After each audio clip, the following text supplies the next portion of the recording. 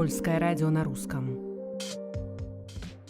В России с начала российской агрессии против Украины началась такая, можно сказать, памятниковая ресталинизация. Такое название я встретил в отчете экспертов с проекта ReRussia. Они обратили внимание, что в последние 2 года по всей стране в России происходят сносы памятников жертвам репрессий. Да. Например, в больших городах, как Москва, начали исчезать таблички проекта «Последний адрес». Да. Который увековечивал память репрессированных. А вместе с этим происходит, наоборот, установка памятников Сталину. Например, такой российский проект журналистский «Можем объяснить» насчитал 110 таких монументов, которые, причем 95 из них появились именно в последние годы правления Владимира Путина. Кроме того, журналисты обратили внимание, что уничтожаются вот эти последние годы активно в России памятники иностранным военным, погибшим на территории бывшего Советского Союза, а также мемориалы иностранным гражданам и жертвам царских и сталинских репрессий и депортаций. Например, по подсчетам польского пресс-агентства с ноября 2022 года в России было демонтировано более десятка памятников и мемориальных досок в память о польских гражданах. И это происходило в разных городах. Одни из последних примеров – май этого года в Медном, под Тверью, где было осквернено захоронение поляков, жертв катынского преступления. В Новгородской области в прошлом году, в Санкт-Петербурге на кладбище. Я даже помню, в Якутске был. Там был памятник такой, установленный полякам, которые внесли значительный вклад в развитие российской науки. Между прочим, Ян Черский, Александр Чекановский. И вот в 2023 году его тоже демонтировали.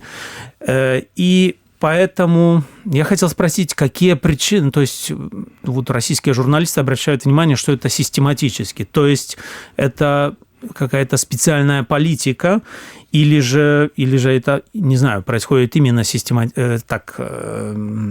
не как-то так стихийно, как любят говорить в России. Вот про это мы хотели сегодня поговорить с польским дипломатом, многолетним консульским работником, который с 2015 года руководил польским консульством в Санкт-Петербурге и в Смоленске, Анджеем Ходакевичем. Скажите, пожалуйста, вот как вы считаете, это такая специальная политика или это стихийно происходит? Ошибка в фамилии. Извините. Анджеем Ходакевичем. Как я думаю об этом? Я думаю, что это стихийно, что проходит этот снос польских памятников проходит стихийно, но по плановой политике, по плану. План это историческая политика российского государства. Она хочет отключить, можно сказать, русское общество от связи с другими нациями, с другими народами. Мы знаем, что это по политической причине, потому что есть война в Украине, но не только. Это связано с тем, что происходило уже от, можно сказать, начала 10-х лет этого века, когда российское правительство начало строить кордон вокруг России. Кордон информационный, кордон, который перерывал связи с другими странами. А потом это только росло вверх. И одним из этих частью этого есть это polityka pamięci об этом, что никаких иностранных влияний, хороших иностранных влияний в России не было. Поляки еще można сказать, и в XIX веке, и в начале XX века имели, no, сделали много для России. Это были и польские строители, архитекторы, и польские инженеры. Например, этот известный нам Станислав Кербeć, первый мост в Петербурге. И об этом русские не забывали. Не забывали тоже об этом, что первая звезда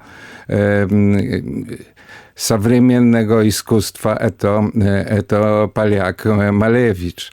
И надо теперь власть хочет сделать все это обратно. Поляки — это плохие люди, которые только приходили в Россию, чтобы ее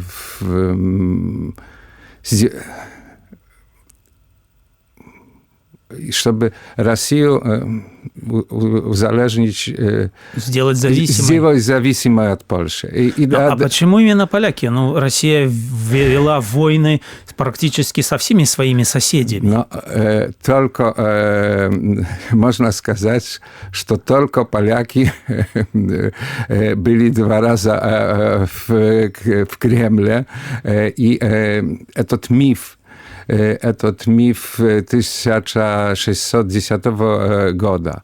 Об этом, как поляки вошли в Москву, что были в Москве 2 года, не только 2 месяца, как Наполеон, это очень важный миф.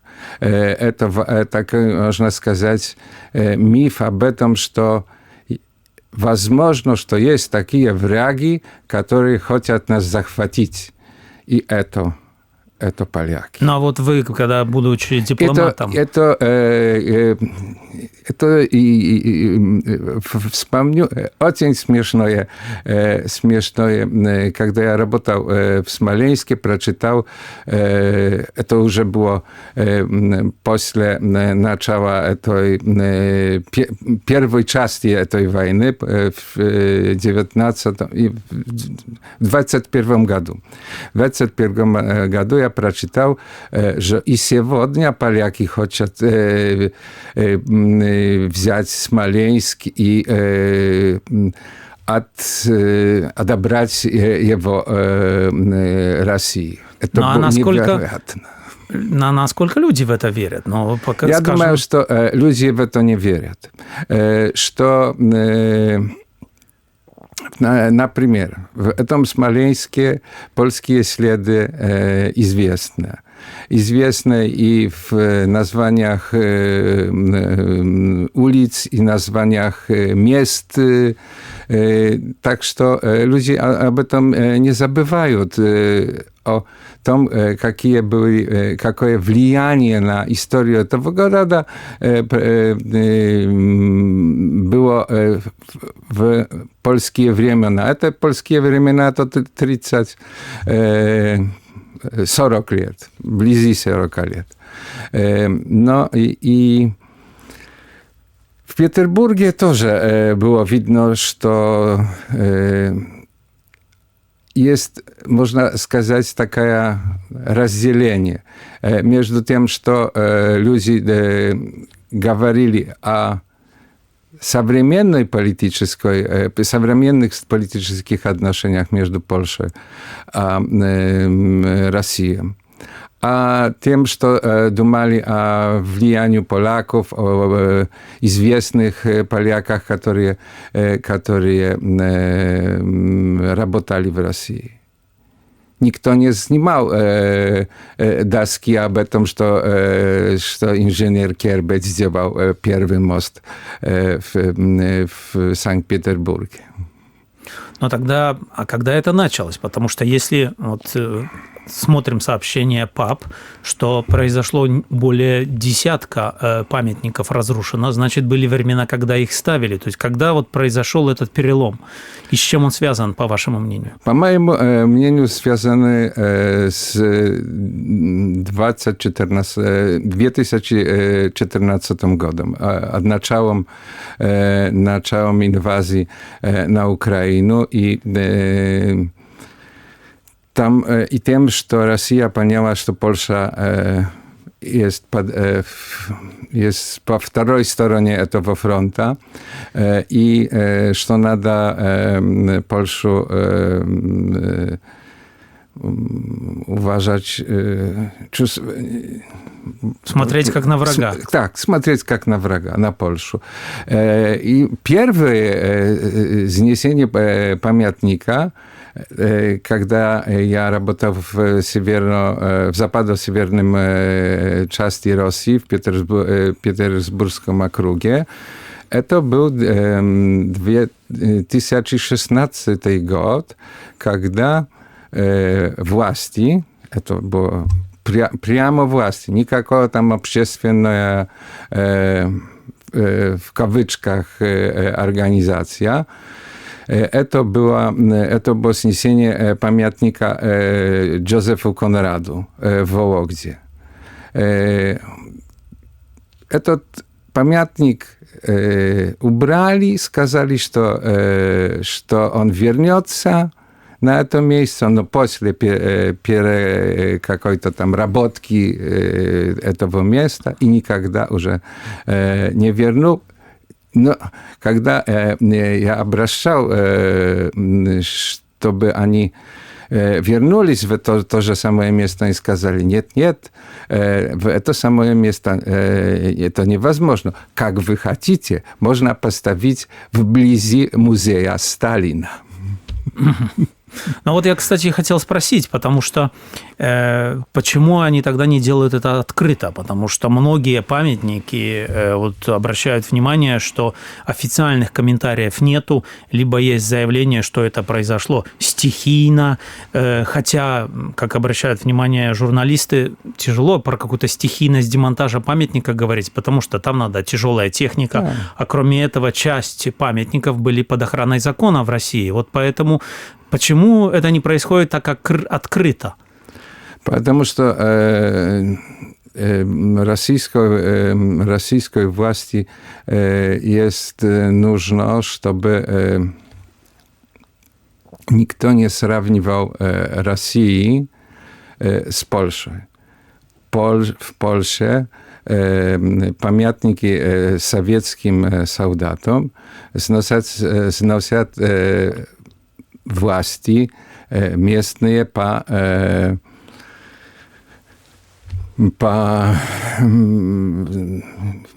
рассказу, можно сказать, Polskiego Instytutu Nacjonalnej Pamięci. И это для российских СМИ говорят, это политика польского государства. Это польское государство сносит.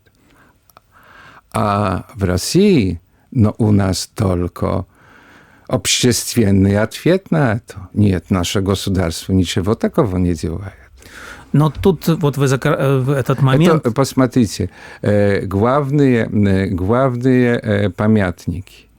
Мемориал в Катыни и мемориал в Медное, они остались. Есть большая...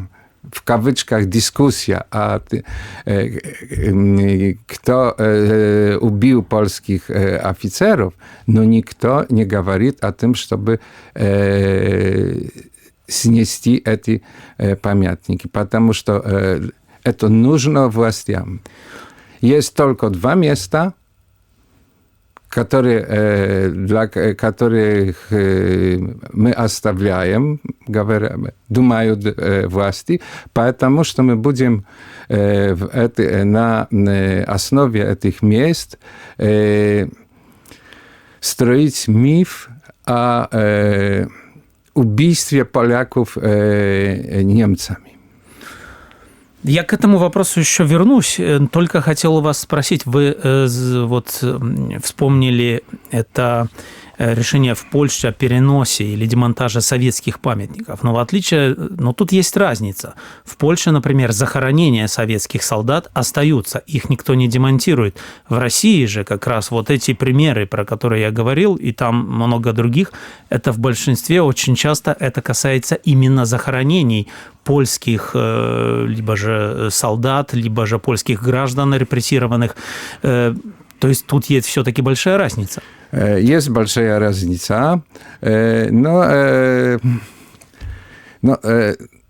так как я сказал, эти два большие кладбища оставляют. А думают, что такие в маленьких городках, где-то там в деревнях, никто не будет об этом думать, почему это кладбище или не кладбище. Еще одно надо добавить, что они говорят, в Katyni и в Медное убиты польские граждане. А, например, Левашовская пустошь вблизи Санкт-Петербурга, там тоже похоронены убитые поляки, жители Петербурга до Второй мировой войны, которые там проживали. Но это граждане Советского Союза были. То есть Россия хочет, российская власть, Кремль, так можно сказать, они хотят, чтобы местное население вообще не задавало никаких вопросов, что тут кто-то с ними когда-то жил другой национальности, так? Да. Это очень важно для этой власти, чтобы показать, что есть такой... моноэтническая Россия. Посмотрите, какая политика этой власти к проблемам миграции из Средней Азии. Тоже есть выбрасывание этих мигрантов, нужных России, z ekonomicznej точки зрения. Но они не нужны власти как часть их общества. А скажите, пожалуйста, вот хотел вы, когда работали дипломатом в России, вот что происходило с мемориалами в Медном и в Смоленске? Потому что в этом году произошло в Медном, сняли польские знаки Virtuti Militari, назвали это антироссийской символикой. Я видел в Смоленске были заявления представителей российских партий, так, коммунистов, там, «Справедливая Россия», эсеров, что вообще надо демонтировать этот памятник. Что там происходит? Почему к этому такое внимание? Поэтому, так, как сказал, чтобы показать русскому обществу, что мы не будем уважать этих кладбищ, пока поляки будут говорить, что это сделали русские, что это сделало советское государство. Нам надо внедрить в общество этот миф, что это все сделали немцы, и так, чтобы... Но когда я работал в Смоленске, ничего плохого не делали. Только говорили об этом, кто это сделал. Ну, а насколько это вообще возможно? Сами же еще в советское время, и потом Ельцин, это же все сами россияне признали. Ну да, только надо помнить, что это было вчера, а сегодня уже другая политика. А скажите, пожалуйста, вы еще работали в Беларуси консулом, и в Беларуси вот после 2020 года тоже происходит что-то похожее. Режим Лукашенко тоже ведет борьбу с памятью про поляков, про польскую историю, и с памятниками и солдатам армии краевой, и польским повстанцам. То вот я хотел спросить, кто тут был первый, Россия или Беларусь? Ну, как посмотреть на этот памятник Конрада, Józefa Конрада, это первая Россия. Но в Беларуси это началось очень быстро после 2020 года, но есть, по-моему, разница, потому что в Беларуси разрушают место захоронения солдатов армии краевой.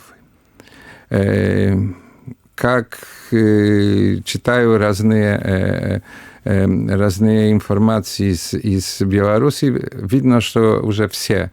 И памятные, все места захоронения солдат армии краевой разрушены. Но не прочитал, чтобы они разрушили место захоронения польских солдат с 1920 года. А есть большие кладбища и в Grodno, и в Wołkowyskie, в Słonimie. В Słonimie это большое кладбище. И все это остается. Все это отстает, а как посмотрел на снимки с 15 августа на кладбище в Wołkowyskie, произошло спокойно такое мероприятие, связанное с годовщиной войны. А, кстати, как вы считаете, потому что я видел заявление Министерства заграничных дел польского, как раз вот поляки поехали в Беларусь, в Россию, и было заявление, что это небезопасно. Поехали, были различные такие поездки памяти. То как вы считаете, вот теперь вообще возможно ли это делать, полякам ездить туда, в Россию, в Беларусь, чтобы учтить память польских граждан, жертв репрессий? И я бы не советовал, потому что мы не знаем, на что эти польские туристы нужны в это время властям и в России, и в Беларуси. Возможно, что из туристов или паломников они будут представлены как польские шпионы, диверсанты. Я бы этого не советовал. А скажите, пожалуйста, тогда что остается Польше? Только документировать? Как тут можно на такое реагировать? Но только документировать, потому что какой ответ на разрушение этих памятников и досок памяти? Что мы будем теперь и кладбища советским солдатам разрушать? Нет. Ну, а тогда как вы считаете, не знаю, как вообще видите, поменяется ли это когда-то в России вот этот подход? Потому что вы сказали, что раньше этого не было, что раньше было понимание, то есть ли надежда на то, что это изменится? Но только как изменится власть в России на демократическую, но это еще не видно. Понятно. Спасибо большое за разговор. Еще раз у нас был в гостях многолетний дипломат, консульский сотрудник Andrzej Chodkiewicz. И мы говорили про такую трудную тему, политику памяти, что в России она очень изменилась, и что теперь происходит под видом каких-то стихийных общественных инициатив. На самом деле проводится такая политика Кремля по уничтожению всех следов памяти, мест памяти польских граждан, жертв сталинских царских репрессий. Спасибо за приглашение. Польское радио на русском. Это подкаст «Главное. Действительно о важном». О том, о чем необходимо сегодня знать.